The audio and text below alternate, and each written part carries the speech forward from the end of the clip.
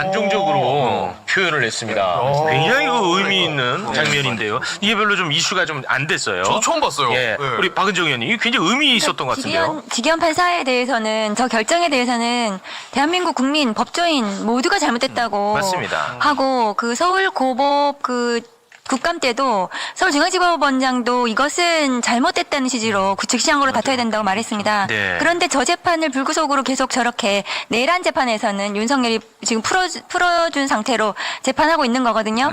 그러면 저게 나중에 저 재판이 그 잘못되었을 경우에 지금으로선 다툴 방법이 없다. 어떻게 다투어야 하겠는가. 그 재판 소원 제도라는 것이 있다. 네. 기본권을 침해했을 경우에 공권력 행사로 그 기본권을 침해했을 경우에 그것을 헌법 소원을 할 수 있는 이 제도를 재판 그 직연 판결에 대해서도 할 수 있지 않냐 했더니 헌재에서는 저렇게 답변이 왔어요. 네. 그러면 재판 소원에 대해서 우리 국민들이 좀 관심을 좀 정말 가질 필요가 적극적으로 있겠네요. 한번 검토를 해봐야 된다. 네. 그렇게 생각하거든요. 그런데 그 이제 국민의힘이나 이런 데서는 계속해서 이 그 재판 사법부에 대한 마치 침해인 것처럼 그 사법부에 대한 판결에 대해서 마치 그것은 성역인 것처럼 네. 누구도 건드릴 수 없는 것처럼 그런 식으로 접근하고 있는데 그렇지 않다. 네. 헌법재판소의 기능은 모든 국민의 기본권 침해에 대해서는 다툴 수 있다. 그것이 공권력이라는 것이 사법권은 예외가 아니잖아요. 네. 그렇기 때문에 저는 재판 소원 제도를 이제는 도입해야 된다.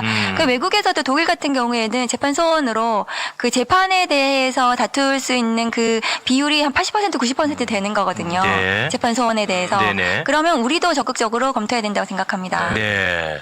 혹시 뭐 이 종편에서는 일절 다루지 않는 이슈라서 전혀 좀 다루어 주세요.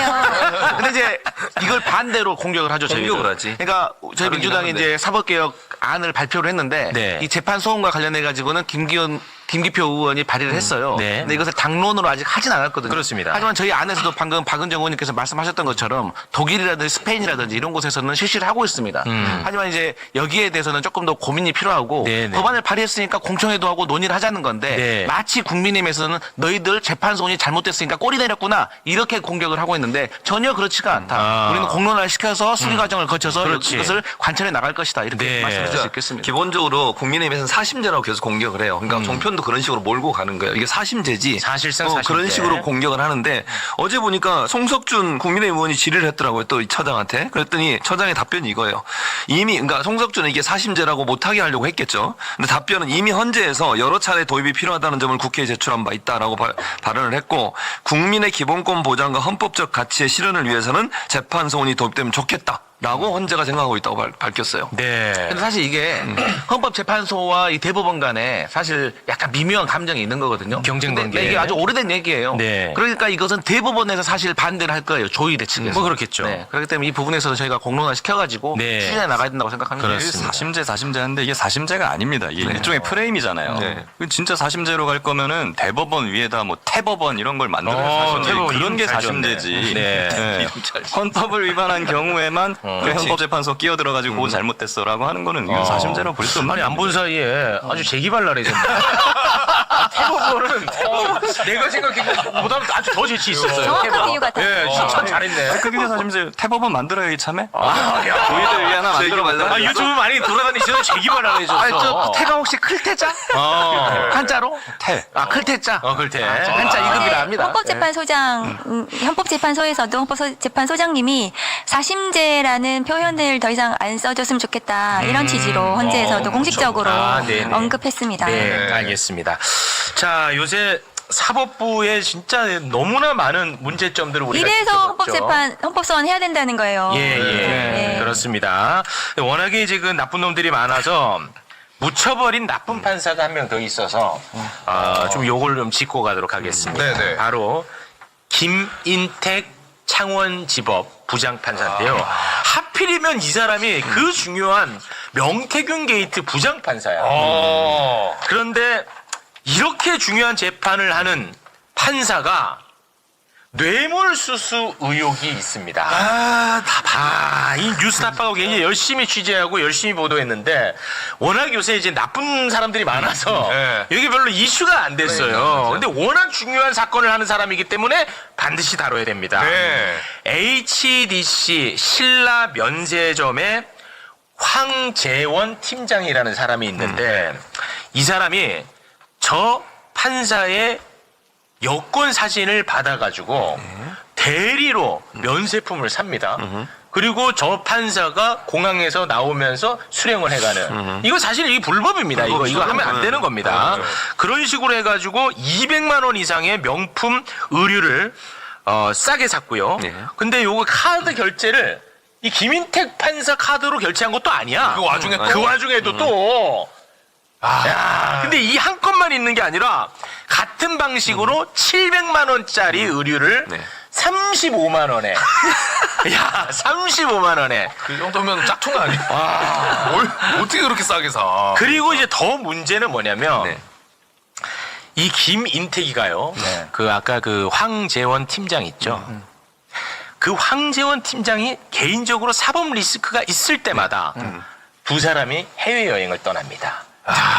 이거 사법 리스크가 있을 때마다 희한하네. 희한합니다. 예, 그 일본 여행으로 떠난 시점에는 그 황재원 팀장이 어떤 사법 리스크가 있었냐면 HDC 신라 면세점 법인과 함께 명품 시계를 밀수한 혐의로 1심에서 유죄 판결을 받은 상황이었어요. 네. 이 사법 리스크가 있었던 거야. 그리고 중국 여행을 떠난 시점에는 항소심 1차 기일을 앞둔 상태. 그래서 이건 무슨 뭐 조언을 구했을 수도 있고 아니면은 뭐 신분을 활용해서 뭔가 좀 도움을 요청을 했을 수도 있고 그것까지는 모르겠습니다. 아무튼 공교롭게 그럴 때마다 가는 거예요. 그러니까요. 그 말이 안 되는 거죠. 말이 안 되죠. 말씀하시는 것처럼 2월 28일 날 일본 여행을 갔고 5월 3일 날 광저우로 갔어요. 근데 이 두 군데 다 어떤 곳이냐면 골프 관광 많이 가는 곳이에요. 우리나라 사람들이 이제 골프 할 때 광저우하고 일본에 그 두 군데를 자주 가는데 그래서 이 사람들이 같이 가고 그 경비도 어떻게 지금 경비가 처리됐는지가 확인이 안 되고 있는 상황이에요. 그러니까 이걸 만약에 황 팀장이 또 자기 돈이나 법인카드로 사용했다면 이것도 문제가 되는 거잖아요. 접대가 되는 거니까. 그렇습니다. 그래서 비용을 누가 냈는지 그걸 공개하는데 아직까지 공개를 안 하고 있고요. 그리고 아까 말한 것 중에 그 옷 두 개 있잖아요. 그 중에 하나는 법인카드로 결제를 했어요. 그건 또 주지도 않았어요. 자기가 줬다고 15만 원을 그 현금으로 줬다고 얘기하고 있거든요, 현재. 근데 그거 빼고 나머지 부분은 또 줬다는 얘기도 없어요. 이런 정황으로 본다면 이건 명백하게 잘못된 행동이고요. 그렇습니다. 처벌받아야 돼요. 이 관련해서 국감장에서 박은정 의원이 황재원 팀장에게 물어봤습니다. 그 장면 잠깐 보고 오겠습니다.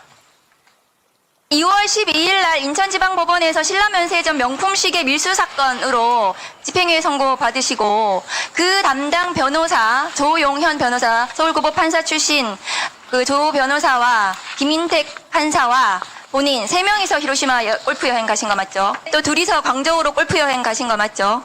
그러면 이 골프비 누가 냈습니까? 법인카드로 결제한 거 맞아요? 그것도 지금 회사랑은 전혀 관계없는 거고요. 지금 본인이 왜 김인택 부장판사한테 이렇게 계속 내리구매해주고 접대해주고 왜 그러시는 거예요? 지금 수사가 그 부분에 대해서도 지금 이루어지는 걸로 알고 있습니다. 일단은 저 대리구매는 관세법상 대리구매 밀수에 대해서 저 김인택 판사가 공범인지에 의심이 드는 거예요. 매우 들죠. 매우 드는 거예요. 그런데 관세청에서 김인택에 대해서 조사조차도 하지 않았어요. 그리고 다른 사람은요? 저 팀장에 대해서만 지금 송치가 돼 있습니다. 그러니까 그 공모 여부에 대해서는 조사가 진행이 안 되고 있고 김인택은 지금 어디에도 그 수사나 조사가 진행이 되지 않고 있는 거예요. 너무하네. 저렇게 했는데도 불구하고 그러니까 지금 아마 법원 윤리감사관한테도 제가 얘기했는데 저것은 뇌물인지 청탁금지법 위반인지 이런 부분에 대해서 관세법 위반인지 밀수 그런 거에 대해서 조사를 해야 되는 거 아니냐 이렇게 제가 또 질의를 했었거든요. 그러니까 대법원에서 너무나 저 봐주기 제 식구 감싸기 하고 있는 거 아닌가 하는 의심이 드는 거예요. 그러니까 이 판사들의 이 일탈이 아니라 비위죠. 이거에 대해서 법원이 제대로 하지 않으면서 이 지금 내란 재판이라든가 이런 것들은 저런 식으로 하고 있는 거예요. 심각하네. 그러니까 그동안에 우리가 아예 견제를 못했잖아. 그러니까 이거 알고 봤더니 다 썩어 있는 거야. 그날 2024년 12월 3일 밤 10시 30분 경에 윤석열이가 한창 한 10시 50분 정도까지 막 떠들었잖아요. 비상겸 선포한다고 그러고. 그런데 그거를 KTV에서 4시간 전에 녹음을 해놨었다고 그러고. 그러니까 4시간 전에 알고 있었다. 그러니까 어쨌든 자기네끼리 이제 이렇게 아는 사람 몇 명이 이제 있었다는 건데. 그리고 난 다음에 그게 나왔을 때 만약에 사법부가 전혀 그 내용을 몰랐다 그러면 그 10시 반 11시 정도 됐을 때는 이들이 이미 집에 가 있을 때잖아요, 대법관들이. 그러면 그분들을 다 다시 불러 모아가지고 회의를 갑자기 시작을 했다는 거는 이 사람이 11시 좀 넘어서 이제 왔다는 거고. 그랬는데 조선일보하고 채널A에 그날 속보가 나왔어요.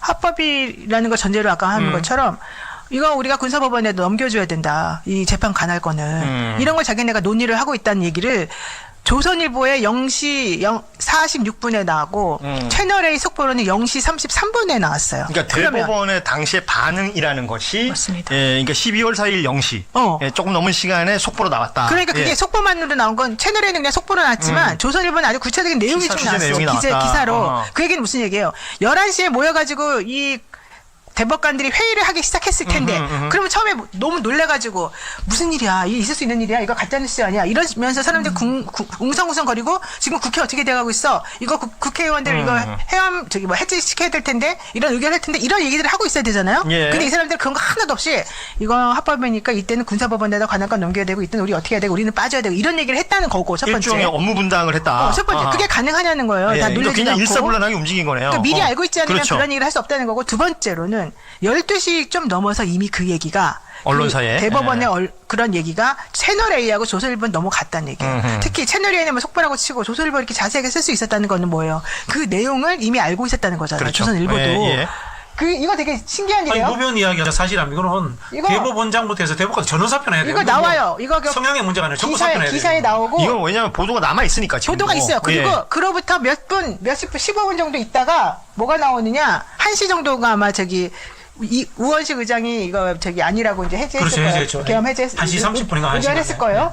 그리고 나니까 갑자기 태도가 바뀌어. 이 대법원의 이 회의가 대법원 안도 이렇게 바뀌어요.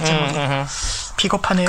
아까 이게 비겁의 문제도 저는 뭐 비겁이지만 법원도 마찬가지라고 너무 보는데 무서운 일이에요. 대법관들 회의에서 분명히 회의 자료가 있을 거예요.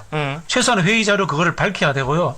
거기에서 진짜 업무 분장, 이게 합법이라는 가정하에서 업무 분장했다면은 전원 사표해야 됩니다. 이거는 대한민국 대법관으로서의 자격이 없는 사람들이 헌법 해석도 못하는 사람들이 무슨 대법관을 합니까? 예, 지금 이 이야기는 굉장히 중요할 것 같습니다. 앞서 우리 KTV 얘기를 노영희 변호사 잠시 하셨는데, 사전에 그 계엄 선포를 하는 것이 녹화됐다라는 것은 확인이 안 되고, 다만 KTV 그 당시에 이윤우 전 원장이죠. 뭐 이런 사람들이 한 4시간 전쯤에 그 미리 생중계를 준비하라는 지시를 받았다라는 네. 것이고, 그래서 현장에 있던 직원들에게도 그 얘기가 있었던 거고, 당시에 최재혁 홍보기획 수석인가 그랬었죠. 그리고 KTV에도 있었던 이 인물이랑 주고받았던 내용들이 보도가 된 바가 있습니다. 그러니까 이미 4시간 전부터 무언가를 준비하고 있었다라는 건 틀림이 없는 것이고, 그래서 그게 뭐 4시간 전에 한 6시 이렇게 되잖아요. 네. 그때부터 방송 준비를 하라고 했다는 건 뭐가 조건이 갖춰지면 바로 선포를 하려고 했다는 것이고, 그 사이에 우리가 알고 있는 그 국무회의라든지 뭐 국무위원들 불러 모으는 시간이라든지 이런 것들이 있었을 것이다라고 추정할 수 있는 것인데, 맞습니다. 자, 그럼 10시간 넘은 시간에 윤석열이 그 국무회의장을 박차고 나가서 계엄 선포를 해요. 그러고 나서 바로 약 1시간쯤 후에 대법원에서 법관들이 회의를 했다는 겁니다. 맞습니다. 그럼 1시간 상간에 이 사람들이 했다는 판단이라는 것이, 맞습니다. 자, 우리가 이게 계엄이 진행이 되면 우리는 이런 일을